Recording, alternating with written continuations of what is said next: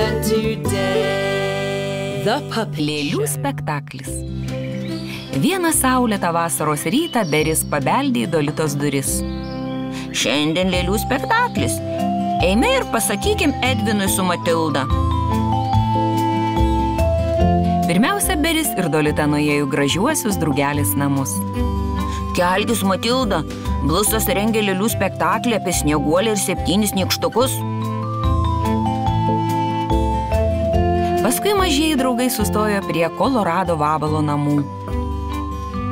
Edvinai, ar eisi pasižiūrėti lėlių spektaklio? Bet Edvinas neatidarė durų. Paskubėk, Edvinai, mes pavėluosim, šaukė Beris, bet niekas neatsiliepė. Matilda atsargiai pasuko rankeną ir įkišo galvą vidun. Tu vis dar su pižama, Edvinai, suniurnėjo Beris. Greičiau renkis. Aš niekur neisiu. Ant mano pilvelio bjaurūs įkandimai man baisiai niežti, kūkčiojo Edvinas. Leisk pažiūrėti, paprašė Dolita. Čia ne įkandimai, tu susirgai vėjaraupiais, pasakė ir boružėlė savo sergančiam draugui. Nereikia bijoti, aš jais jau persirgau ir turėjau daugybę taškelių. Pakviesiu daktarą Pelėdą, pareiškė Dolita. Jis žinos, ką daryti.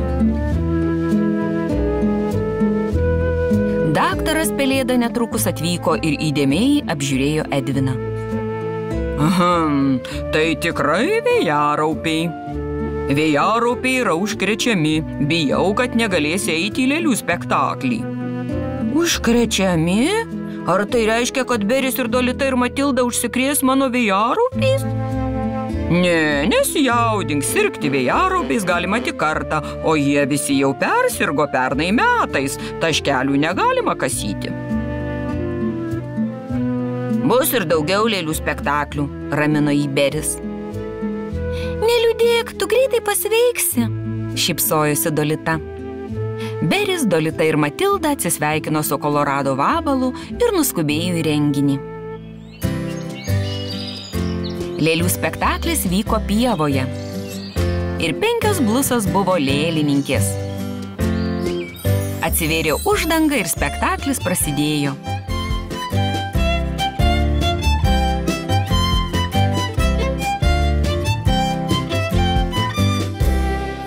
Visi įdėmiai žiūrėjo visą spektaklį ir jam pasibaigus garsiai plojo. Lėlininkės blusos išėjo iš už uždangos ir nusilenkė.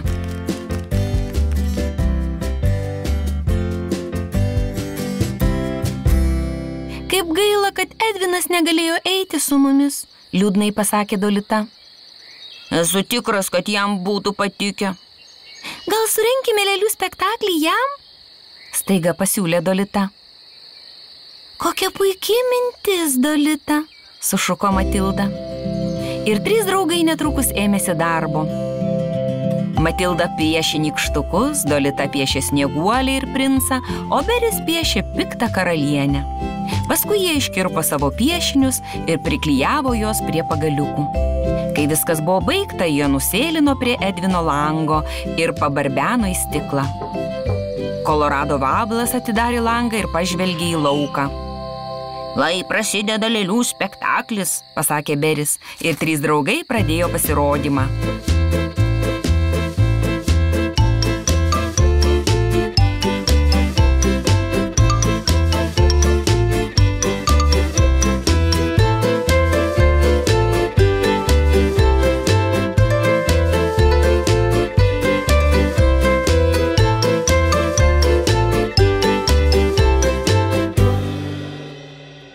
Ačiū, pasakė Edvinas. Jūs geriausi draugai, kokius tik galima turėti. Daktaras Pelėda grįžo po 10 dienų ir Edvino taškelių jau nebebuvo.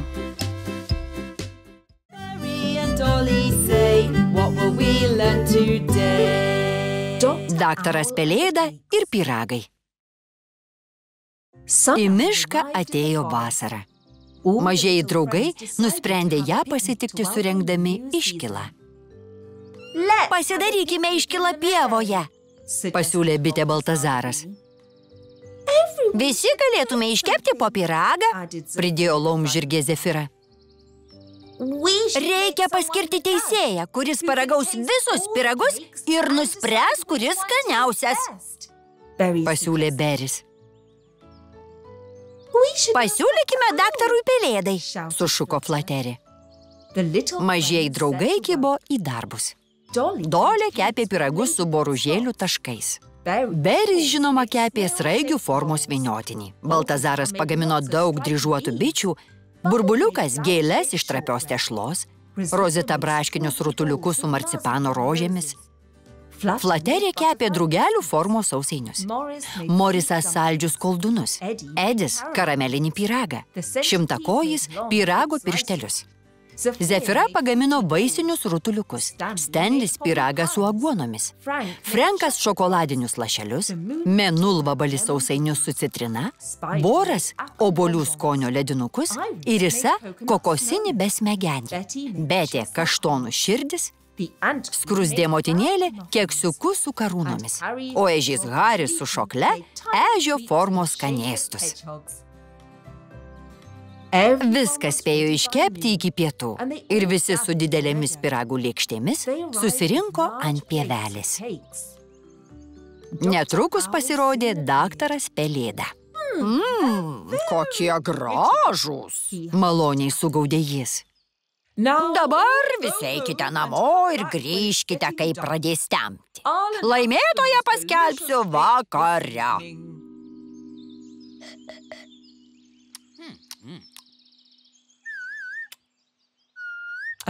Kai tik pradėjo temti, mažieji draugai grįžo į pievą. Bet susirinkusiems teko nustebti. Daktaras Pelėda miegojo. Beris sušuko. Daktarė Pelėda, kur visi pyragai? Ar viską suvalgėte? Nusiminusi paklausė Dolė. Na, gali būti, kad paragavau daugiau nei derėjo, paaiškino jis. O kuris laimėjo? Paklausė Burbuliukas.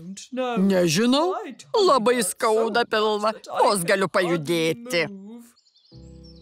Visiems pagailo daktaro Pelėdos. Jam taip skaudėjo pilvą, kad ežys Haris parvežė jį namo savo vežimu. Tai kas dabar? Atšauksime iškilą? Liūdnai paklausė Burbuliukas. Žinoma, ne! Sušuko balsas ir iš savo kamininių pyragų furgono išlindo Blakė kareivėlis. Miško draugai iškart nudžiugo ir pievelę užtvindė džiaugsmingos muzikos garsai. Visi sustojo ratu ir šoko iki vėlumos. Ir žinoma, suvalgė visus kamininius pyragus bei daktaro Pelėdos paliktus trupinius.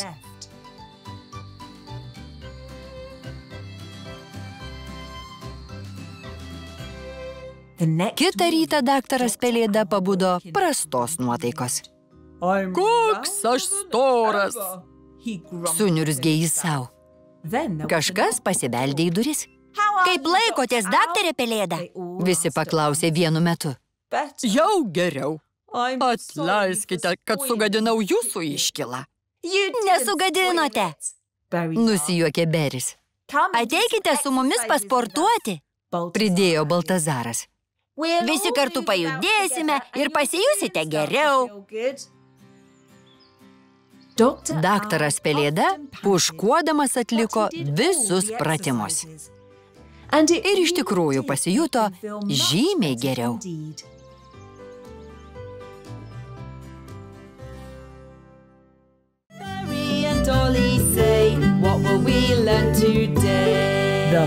Oro balionas. Vieną vasaros popietę miške pakilo vėjas. Boružėlio Dolita ir sraigius Beris stebėjo jį pro taškuoto namelio langą.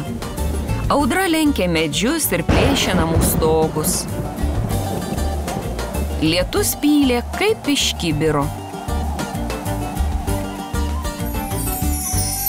Kai lietus baigėsi ir vėjas pagaliau nurimo, du draugai išėjo pasižvalgyti į mišką.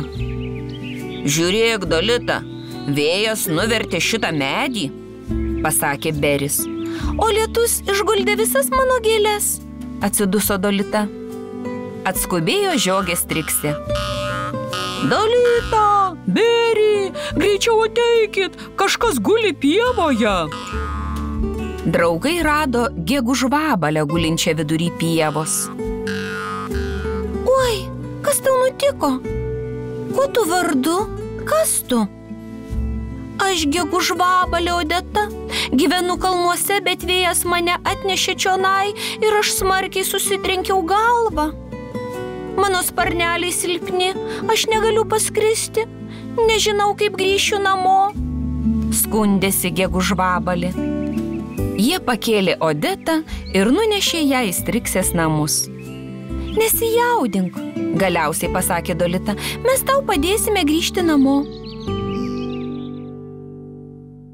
Ta popietę bitinas Baltazaras, drugelė Matilda ir elneragis Saulius atėjo aplankyti Odetos. Jie bandė sugalvoti, kaip galėtų sugrąžinti ją namo. Geriausia būtų perskraidinti su oro balionu, pasakė Saulius. Bet iš ko mes padarysime oro balioną? Paklausė Beris. Panaudosime anklodės, pagalves ir paklodės, pasiūlė Matilda. Taip pat užuolaidas ir rankšluosčius, pridūrė Saulius.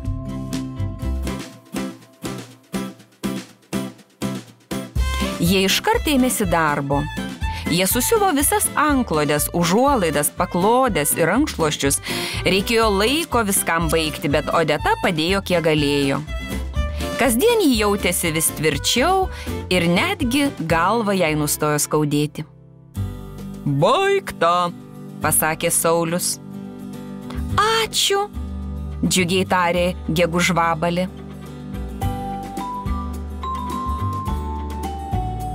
Valio, mes skrendam, džiaugiasi Beris. Oho, kaip gražu, iš čia matosi visas miškas, juokėsi Dolita.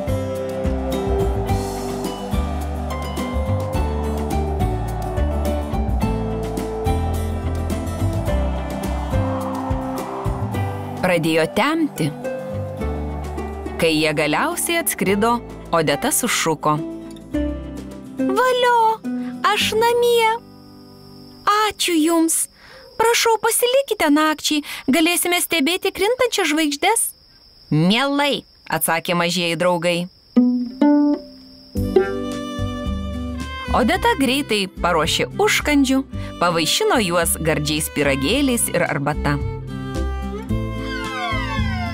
Po vakarienės visi susėdo priešais Odetos namą ir laukė, kol danguje pasirodys krintančios žvaigždės. Valio, pamačiau krintančią žvaigždę, džiugiai sušuko Beris. Ir aš, pasakė Dolita. Ir aš, pridūrė Saulius.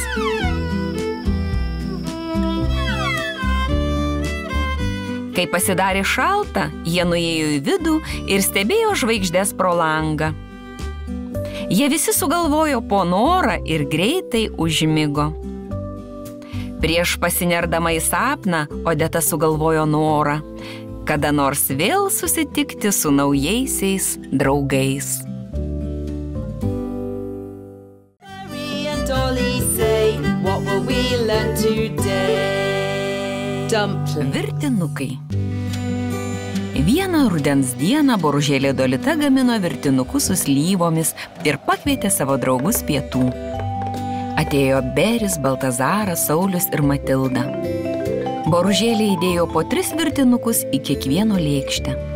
Beris, Dolita ir Matilda netrukus buvo sotūs.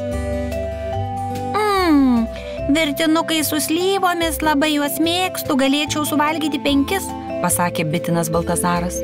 5 tai niekis, aš galėčiau suvalgyti 7. 7, aš suvalgyčiau 8. O aš 10, pranešė elneragis. Tuomet surenkime varžybas, pasiūlė Baltazaras. Pažiūrėkim, kas gali suvalgyti daugiausiai virtinukų. Dolitai tai nepatiko ir ji bandė juos atkalbėti, bet berniukai buvo neperkalbami. Tai geruoju nesibaigs, perspėjo jį, bet Baltazaras ir Saulius nesiklausė. Mes jau suvalgėm 3 virtinukus, dabar suvalgysim 4. Pasiūlė Saulius ir įdėjo po virtinį abiems į lėkštę. Kai baigė, jie įsidėjo dar vieną ir abu suvalgė po 5 virtinį. Po 5 jie suvalgė 6, po 6 suvalgė 7, po 7 jie suvalgė 8, o paskui 9 virtinuką. O dabar 10. Ar tau dar lenda? Paklausė Baltazaras. Galiu dar 2 tiek suvalgyt, atšovė Saulius.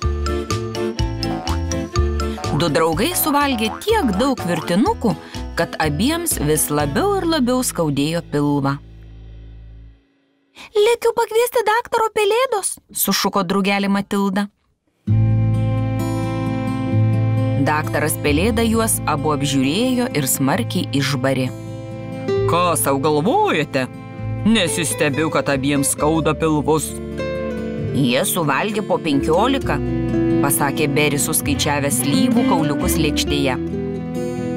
Ir vis tiek lygiosios, pasielgėt labai kvailai, 3 dienas galėsite valgyti tik virtas bulves. Bet rytoj į mišką atvažiuoja skanėstų pardavėjas, paprieštaravo Saulius. Labai apgailestauju, bet jums negalima jokių skanėstų. Ateikit pas mane po 3 dienų, aš vėl jūs apžiūrėsiu. Rūsčiai pasakė daktaras Pelėda ir nuskrido namo.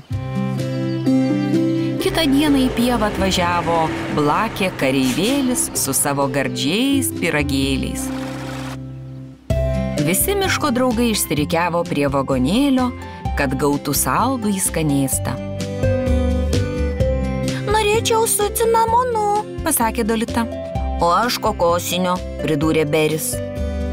O aš noriu su cukraus pudra, sušuko Matilda.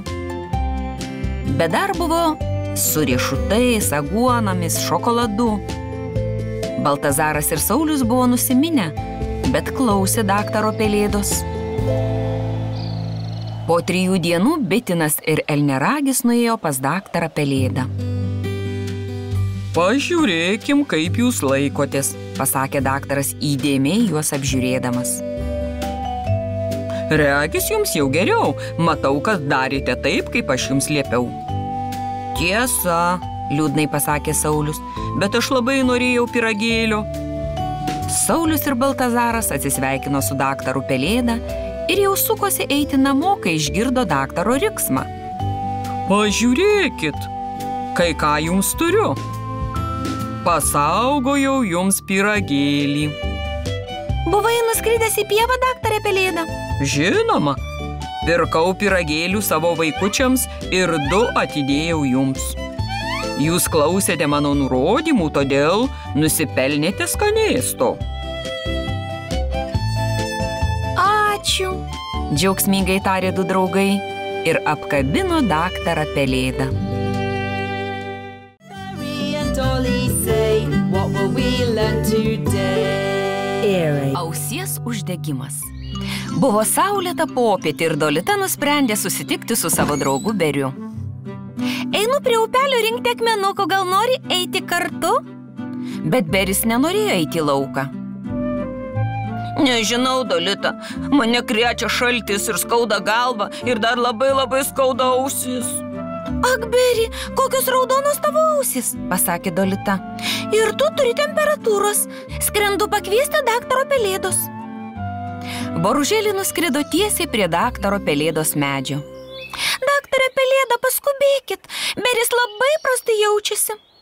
Daktaras Pelėda greitai susikrovė vaistinėlę, užsivilko baltą chalatą ir nuskubėjo apžiūrėti sergančio sraigiuko. Sveikas, Beri, leisk man tave apžiūrėti. Turiu paklausyti tavo krūtinę. Beris nusivilko viršutinę pižamos dalį ir giliai kvėpavo, kaip jam liepė daktaras. Išsižiok, turiu pažiūrėti į tavo gerklę. Aš nenoriu, suniurnėjo Beris. Turiu žinoti, paraudusi ar ne? Paaiškino daktaras Pelėda ir nukreipė žibintuvėlį į mažojo sraigiuko gerklę. O dabar apžiūrėsiu tavo ausis. Beriui to jau buvo per daug. Jis pradėjo verkti ir uždengė ausis delnais. Nebijok, Beri, tau visai neskaudės. Ir Dolita laikė Berio ranką, kad jis pasijustų geriau. Ji buvo teisi, jam nė kiek neskaudėjo. Štai, Beri, paaiškino daktaras Pelėda. Tau ausies uždegimas turbūt smarkiai peršalai. Turi kasdien išgerti 1 šaukštą šiltų vaistų. Gerk daug saldžios arbatos ir užsidėk ant ausų šiltus kviečių maišelius. Berio draugai nedelsiant atėjo į pagalbą. Baltazaras atnešė medaus, Matilda atnešė ramunėlių, Saulius atnešė erškėtuogių ir jie išvirė ligoniui arbatos. Dolita pašildė kviečius keptuvėje ir suvėrė juos į medžiaginius maišelius. Laikyk juos ant ausų, kol neatvės. Beris užsidėjo maišelius ir nenusėmė tol, kol jie neatvėso. Kitą rytą Dolita rado saują žvilgančių akmenukų ant Berio stalo. Oho, Beri, kokie dailūs akmenukai, iš kur juos gavai? Pats juos surinkau prie upelio, išdidžiai atsakė Beris. Buvai nuėjęs prie upelio? Piktai paklausė Dolita. Tai buvo labai kvaila, Beri. Tu dar nepasveikai? Dabar vėl susirgsi. Ir Dolita buvo teisi. Netrukus Beris vėl gulėjo lovoje su temperatūra. Jo draugai kasdien jį lankydavo. Jie skaitydavo knygas ir rodydavo lėlių pasirodymus.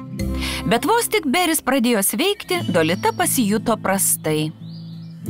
Dabar jai buvo ausų uždegimas ir šįkart Beris jie rūpinosi. Jis virė jai arbatą ir šildė kviečių maišelius jos ausims. Atėjo metas daktarui Pelėdai aplankyti Dolitą. Vaja. Regis, turime naują pacientę. Turbūt užsikrėtei nuo Berio. Jis pasakė Dolitai, ką ji turi daryti. Tada žvilgtelėjo į Berį. Atrodai sveikas, bet dėl viso pikto tave apžiūrėsiu. Viskas gerai. Tu visiškai pasveikai, mažasis raigiau. Prabėgo dar kelios dienos. Dolita darė taip, kaip jai buvo liepta ir gėrė vaistus. Ji gėrė daug arbatos ir nesikėlė iš lovos, todėl netrukus pasijuto daug geriau.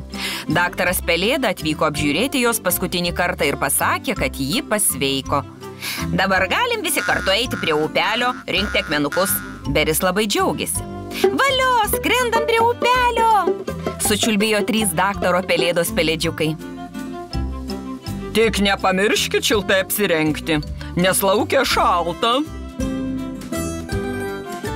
Bet Dolitos su Beriu nebereikėjo įspėti. Jie buvo abu su šalikais, kepurėmis ir šiltais batais. Jie žaidė lauke tol, kol sutemo ir pririnko visą kibirą žvilgančių akmenėlių.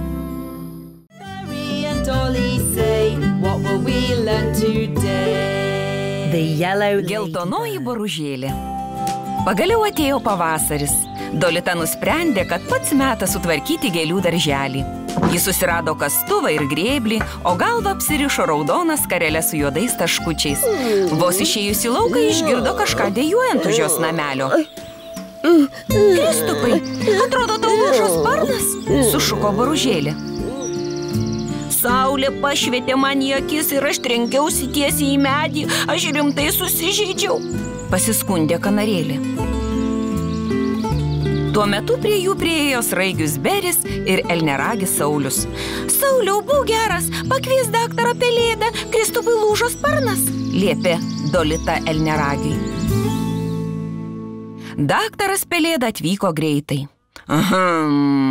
Panašu į labai sunkų lūžį, tarė jis rimtai. Paskui lėtai ir atsargiai sutvarstė lūžusi Kristupo sparną. Žinai, Dolita, vieną dieną tarė Kristupas, saloje, iš kur atskridau, gyveno boružėlė. Rimtai? Ar ji raudona su juodais taškeliais kaip ir aš? Susidomėjusi paklausė Dolita. Ir koks jos vardas? Jie vardu Kotryna. Jos sparnai ne raudoni, o geltoni, bet taškeliai juodi kaip ir tavieji. Ji labai į tave panaši. Gal keliaukim kartu į salą, kai mano sparnas sugis ir tu su ja susipažinsi. Kokia puikia mintis. Ar Beris gali keliauti kartu? Aišku, gali. Ant mano nugaros užteks vietos jums abiems. Po kelių dienų daktaras Pelėda atvyko aplankyti sužeistos kanarėlės. Jis džiaugiasi galėdamas pasakyti, kad Kristupo sparnas visiškai sugijo. Kanarėlė padėkojo Pelėdai už pagalbą, užsikėlė Berį ir Dolitą ant nugaros ir iškeliavo į savo namų saloje.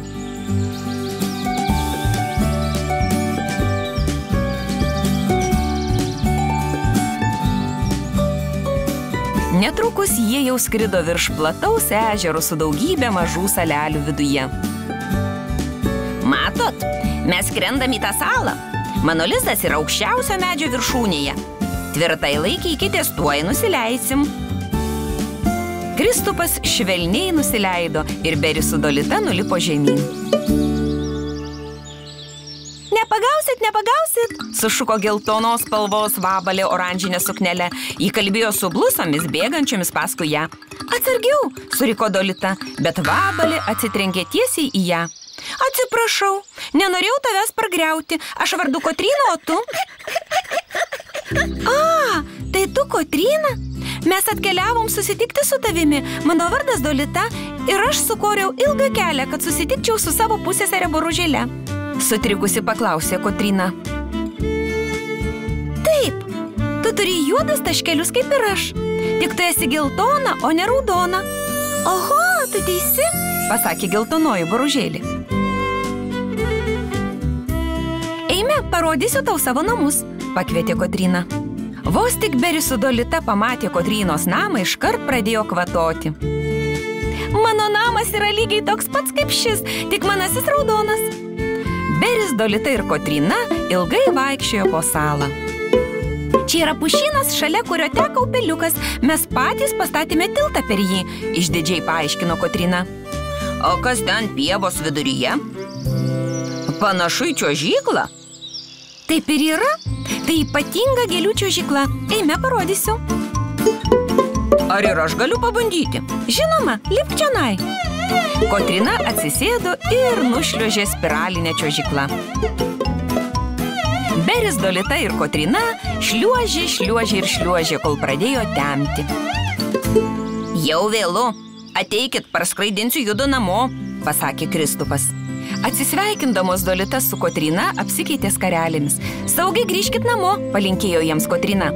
Kada nors vėl mane aplankykit. Buvo jau visai tamsu, kai Kristupas atskrido prie taškuoto Dolitos namo. Švietė mėnulis ir dangus buvo pilnas žvaigždžių. Berry and Dolly say, what will we learn today? Kalėdos. Buvo šalta žiemos diena ir sraigis Beris su Boružėle Dolita patraukė į mišką ieškoti papuošimų kalėdoms. Žiūrėk, Beri, šią eglutę nulaužė audra. Parsineškime ją namo, papuošime ją kalėdoms. Valio, turėsime tikrą kalėdų eglutę, sušuko Beris. Jis pakėlė eglutę ir pamatė šimtakojį pasislėpusi po jo šakomis. Padėk man, Beri, užkelkime jį ant rogių. Jis sužeistas ir sušalęs. Galime jį nugabenti į mano namus. Jie pakėlė šimtakojį ir paguldė jį ant rogių. Ar jis pasveiks? Sunerimo Beris. Žinoma, pasveiks. Dolita patikino draugą. Grįžę namo, jie paguldė vargšą šimtakojį į lovą. Dolita išvirė karštos arbatos, o Beris jiems skaitė šimtakojų pasakas iš pasakų knygos. Kitą rytą šimtakojis pramerkė akis ir nusišypsojo. Kasdien jo sveikata vis gerėjo ir netrukus jis vėl buvo sveikas. Dolita jį kvietė pasilikti. Tu toks mielas, neišeik šimtakojį, praleisk kalėdas su mumis. Ačiū, man bus labai malonu. Bet ką mes jam padovanosim? Susimastė Dolita. Kas pradžiugintų šimtakojį? Dolita papasakojo Beriui savo sumanymą. Mažasis sraigis džiugiai palinksėjo. Beris ir Dolita nuėjo aplankyti skruzdėlių. Karalienė juos maloniai sutiko. Dolita joms papasakojo, kokią dovaną yra sugalvojusi. Galim padaryti viską, ko tik nori, pasakė karalienė. Atėjo kalėdos. Beris su Dolita pagamino stovą eglutei. Kai sutemo, Beris įteikė Dolitai savo dovaną. Linksmų kalėdų, Dolita. Ačiū, Beri, pasakė Boružėlė. Ji buvo sužavėta. Kaip gražu! Dolita buvo laiminga ir užviniojo dailų kaspiną ant eglutės. Linksmų kalėdų tau, pasakė Dolita ir įteikė Beriui dovaną. Šaltas ugnelė, super! Užkabinkim jas ant eglutės. Jie uždegė ugneles ir spraksinčios kibirkšti šoko aplink kalėdų eglę.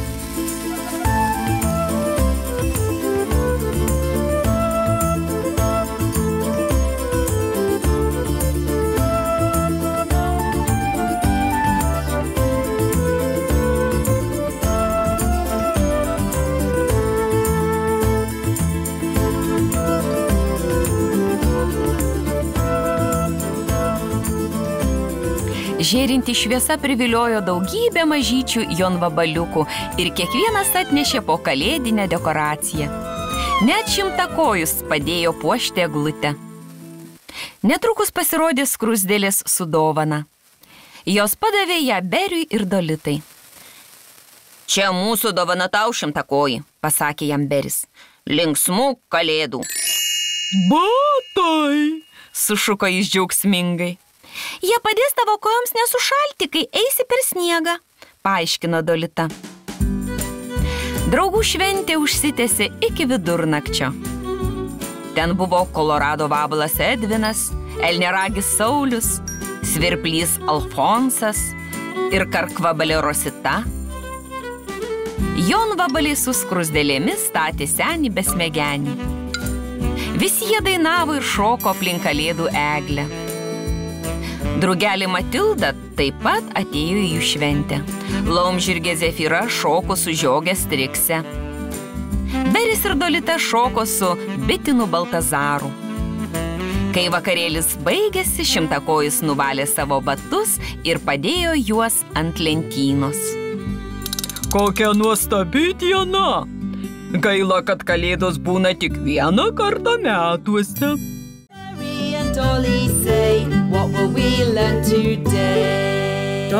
Daktarai taip pat serga. Iškrito pirmasis sniegas. Beris ir Dolė stebėjo, kaip baltos snaigės uždengia viską aplinkui. Kitą dieną kalvos šlaitas buvo padengtas storų sniego sluoksniu. Boružė įsitraukė roges. Ant jų galėjo tilpti 3. Burbuliukas priekyje, Beris per vidurį ir Dolė gale.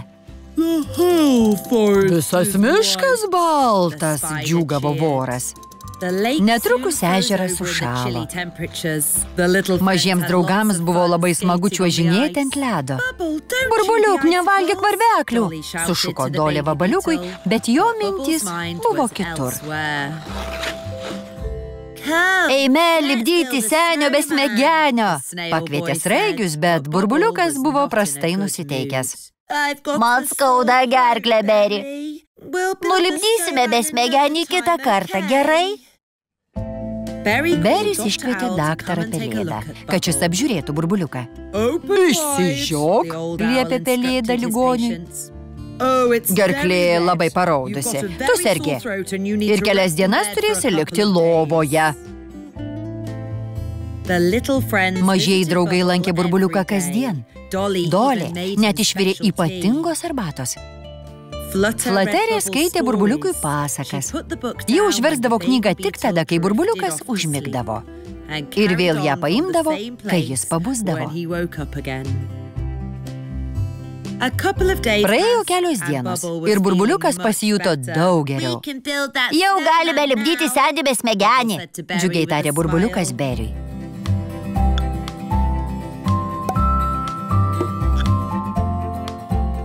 Beris ir Dolė nusprendė pasikviesti draugus pietų. Visi atvyko vidurdienį. Labai skanu, pagyrė Baltazaras. O kodėl nėra daktaro Pelėdos? Nežinau, gūžtelėjo Dolė. Turbūt jis pamiršo. Žinau, kodėl daktaras Pelėda neatėjo. Jis prastai jaučiasi, peršalo. Taip man sakė jo pelėdžiukai. Tai neįmanoma, paprieštaravo Burbuliukas. Daktarai neserga. Kodėl daktarai negali sirgti? Siuvėjai kartais patys neturi ką rengtis, o batsiuviai būna be batų, paaiškino Flaterė Burbuliukui. Aplankykime jį. Galim net paruošti jam dovaną, nes jau beveik kalėdos, pasiūlė Beris. 4 berniukai susėdo kartu ir pagamino daktarui Pelėdai žvakidę. Jie suklijavo atskiras dalis, nupiešė ant jų žiemos vaizdus, o ant viršaus uždėjo žvakes. Atrodo gražiai. Stanlis atrodė patenkintas. Mergaitės iš popieriaus pagamino spalvingą vainiką. Daktaras Pelėda galės pasikabinti ant durų, šypsojosi Šoklė. Kitą dieną jie nuėjo aplankyti Pelėdos.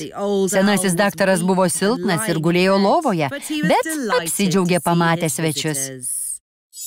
Ak, kaip gražu, pasakė jis, šypsodamasis, ir išvyniojo dovanas.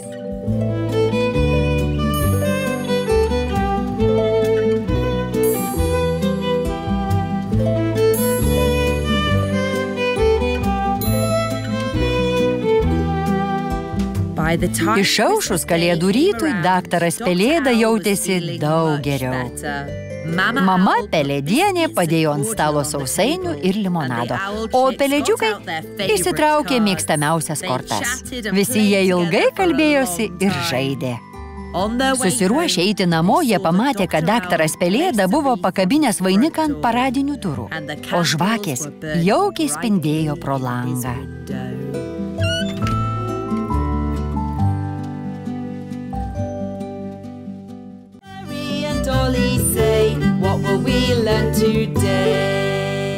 Apžvalgos ratas.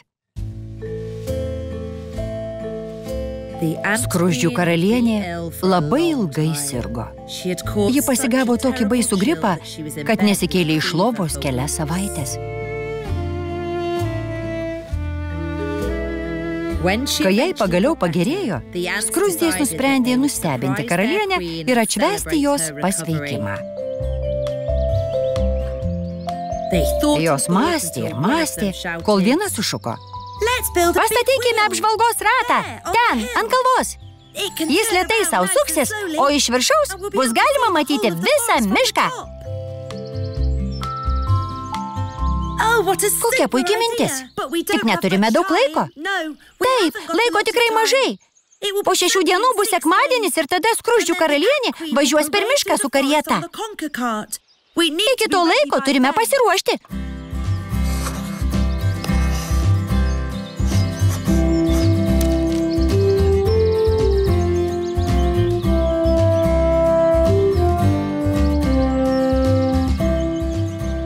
Skruzdžių armija ėmėsi darbo. Jos pradėjo pjauti ir kalti pagal brėžinį. Jos plušėjo kiek galėdamos ir apžvalgos ratas kasdien vis didėjo. Bet netrukus atėjo paskutinė diena, o tada ir paskutinė naktis. Mes nespėsim, liūdnai tarė viena iš jų. Pasikvieskim pagalbą, pasiūlė kita skruzdė ir jos išplatino žinią visam miškui, kad ateitų į pagalbą visi, kurie tik gali.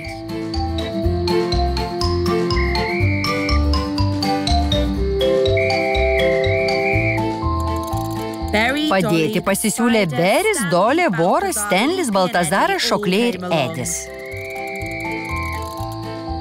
Bet kad ir kaip jie stengėsi, laikas vis tiek seko. Labai ačiū, kad atėjote, bet mes vis tiek nespėsime rytojaus rytui. Reikia daugiau padėjėjų. Mėnulis matė, kas vyksta, ir jam pagailo skruzdžių.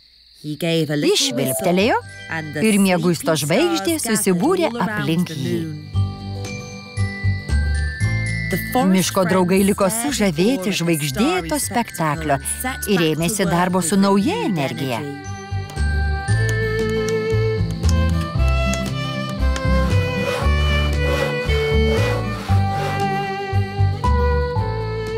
Padedant žvaigždėms, jie netrukus baigė darbą.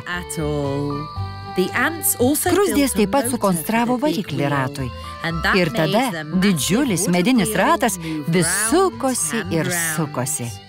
Kai jis buvo baigtas, visi jį išbandė.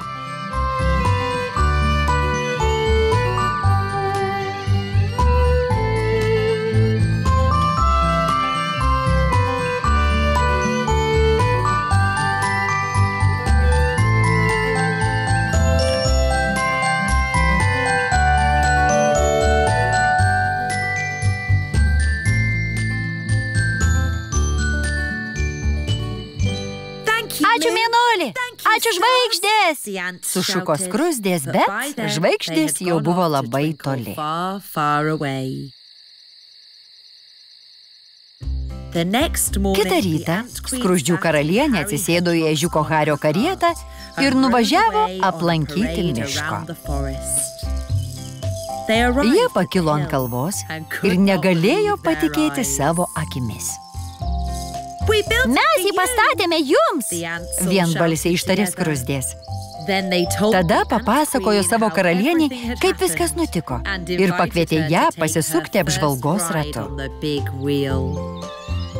Jiems nereikėjo įkalbinėti, nes karalienė džiaugsmingai įlipo ir vis sukosi ir sukosi.